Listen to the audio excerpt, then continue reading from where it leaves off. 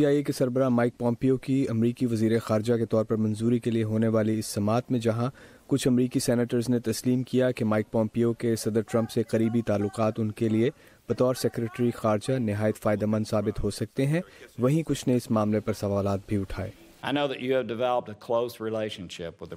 مجھے آپ کے صدر سے قریبی تعلق کا علم ہے اور مجھے یقین ہے کہ آپ کو وزیر خارجہ کے طور پر ان تعلقات کا فائدہ ہوگا، لیکن اس سے پہلے بہت سی مضبوط آوازوں کو یا تو نکال دیا گیا یا مستعفی ہو گئیں۔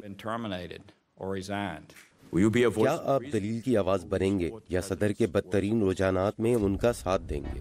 جب ان سے بارہا شام پر ممکنہ امریکی حملے سے متعلق پوچھا گیا تو پومپیو کا کہنا تھا کہ صدر کے پاس کانگریس سے اجازت لیے بغیر حملہ کرنے کے اختیار موجود ہے۔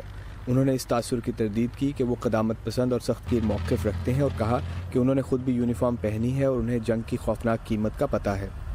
میں صدر کے پالیسی اہداف کو سفارتکاری کے ذریعے حاصل کرنا چاہتا ہوں، بجائے ہمارے نوجوان اور خواتینوں کو جنگ میں دھکیل کے۔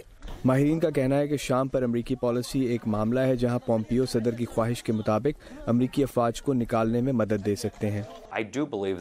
مجھے یقین ہے مائک پومپیو صدر پر شام کے مسئلے کو سمجھ بوجھ کے ساتھ ڈیل کرنے پر قائل کریں گے اور صرف کسی عمل کی قیمت پر ہی غور نہیں کریں گے بلکہ کچھ نہ کرنے کے نتائج کے بارے میں بھی سوچیں گے۔ کمیٹی ان کی نامزدگی پر ووٹنگ کرے گی اور پھر تمام سینٹ میں ووٹنگ ہوگی۔ ماہرین کا کہنا ہے پومپیو کی نامزدگی آسان نہیں ہوگی لیکن آخرکار کامیاب ہو جائے گی۔